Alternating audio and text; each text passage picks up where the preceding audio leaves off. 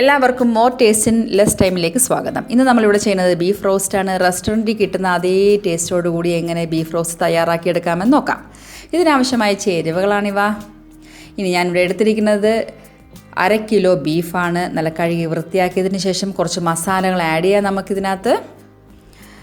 മസാലകൾ ഇവയൊക്കെയാണ്: 1.5 ടീസ്പൂൺ മുളക് പൊടി, കശ്മീരി ചില്ലി പൗഡറാണ് ഞാനിവിടെ എടുത്തിരിക്കുന്നത്, 1.5 ടീസ്പൂൺ മല്ലിപ്പൊടി, പിന്നെ 1 ടീസ്പൂൺ ഗരം മസാല അല്ലെങ്കിൽ മീറ്റ് മസാല, 3/4 ടീസ്പൂൺ കുരുമുളക് പൊടി, 1/2 ടീസ്പൂൺ മഞ്ഞൾപ്പൊടി, ഇഞ്ചി ചതച്ചത് 1/2 ടീസ്പൂൺ, വെളുത്തുള്ളി ചതച്ചത് 1/2 ടീസ്പൂൺ, 1 പച്ചമുളക് ചതച്ചത്. ഇവ കുറച്ച് വെള്ളവും ഉപ്പും ഇട്ട് നമുക്ക് നല്ലോണം മിക്സ് ചെയ്യാം. മിക്സ് ചെയ്ത ഈ മസാല നമുക്ക് ബീഫുമായിട്ട് യോജിപ്പിക്കാം. ഇത് വേണമെങ്കിൽ 1/2 മണിക്കൂറൊന്ന് മാരിനേറ്റ് ചെയ്യാം, ഇല്ലെങ്കിൽ വേണ്ട. ഒരു 10-12 ചെറിയ ഉള്ളിയുമായി ഇത് പ്രഷർ കുക്കറിൽ 90% വേവിച്ചെടുക്കാം. വെള്ളത്തിൻ്റെ ആവശ്യമില്ല. ആഡ് ചെയ്യുന്നെങ്കിൽ 1/4 ഗ്ലാസ് വെള്ളം ആഡ് ചെയ്താൽ മതി. ഒരു 7-8 വിസിലായപ്പോൾ ഇത് വെന്ത് വന്നിട്ടുണ്ട്. 90% ഇത്രയും വെള്ളമായിട്ട് കിട്ടിയിട്ടുണ്ട്. നമുക്ക് വേവ് നോക്കാം. 90% വെന്തും കിട്ടിയിട്ടുണ്ട്. ഇനി ഒരു ബാക്കി 10% നല്ല രീതിയിൽ നമുക്ക് മസാലയായിട്ട് യോജിപ്പിക്കാം. അതിനായിട്ട് നമ്മളിവിടെ 3 സവാള എടുത്തിട്ടുണ്ട്, 2 തക്കാളി എടുത്തിട്ടുണ്ട്, കുറച്ച് കറിവേപ്പില എടുത്തിട്ടുണ്ട്, പിന്നെ ഉണക്കമുളക് 3 പച്ചമുളക് 1, ഇഞ്ചി വെളുത്തുള്ളി 1/2 ടീസ്പൂൺ വീതം ചതച്ചത്, 5-6 കൊച്ചുള്ളി, പിന്നെ മീറ്റ് മസാല, കുരുമുളക് പൊടി. ഇനി നമുക്ക് പാൻ അടുപ്പിൽ വെച്ചിട്ട് ഞാനിവിടെ കോക്കനട്ട് ഓയിലാണ് യൂസ് ചെയ്തത്. വെളിച്ചെണ്ണയിൽ നല്ല ടേസ്റ്റ് ആയിരിക്കും.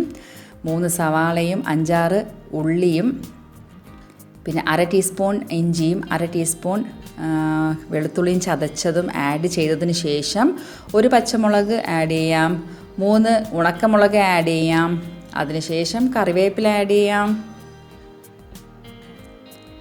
ഇതെല്ലാം കൂടെ ഒരു 7-8 മിനിറ്റ് വഴറ്റിയതിന് ശേഷം നമുക്ക് തക്കാളി ആഡ് ചെയ്യാം. 2 തക്കാളി ചെറുതായി അരിഞ്ഞ് 2 തക്കാളി ആഡ് ചെയ്യാം.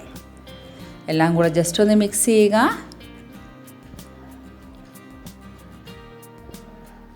ഇനി നമുക്കിവിടെ ചേർക്കേണ്ടത് ബീഫാണ്. ബീഫ് വെള്ളമില്ലാതെ, വെള്ളം മാറ്റിയതിന് ശേഷം ബീഫ് മാത്രം ചേർത്ത് ആ മസാലയുമായിട്ട് യോജിപ്പിക്കാം.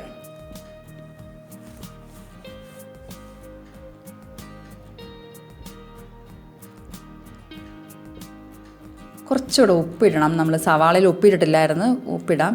വെള്ളം ഞാൻ മാറ്റി വെച്ചിട്ടുണ്ട്. ഇനി കുറച്ച് ഗരം മസാല അല്ലെങ്കിൽ മീറ്റ് മസാല ഒരു 1/2 ടീസ്പൂൺ കുരുമുളക് പൊടി, ഇത്രയും കൂടെ ആഡ് ചെയ്ത് നല്ലോണം യോജിപ്പിച്ചതിന് ശേഷം നമുക്കൊന്ന് അടച്ച് വെക്കാം.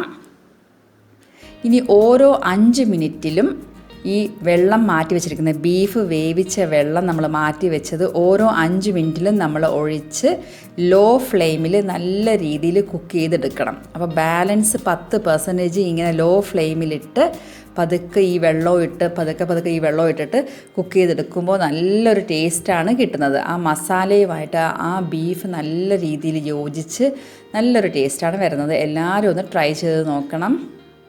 എൻ്റെ എല്ലാ വ്യൂവേഴ്സിൻ്റെയും നന്മയ്ക്കായി പ്രാർത്ഥിച്ചുകൊണ്ട് നിർത്തുന്നു.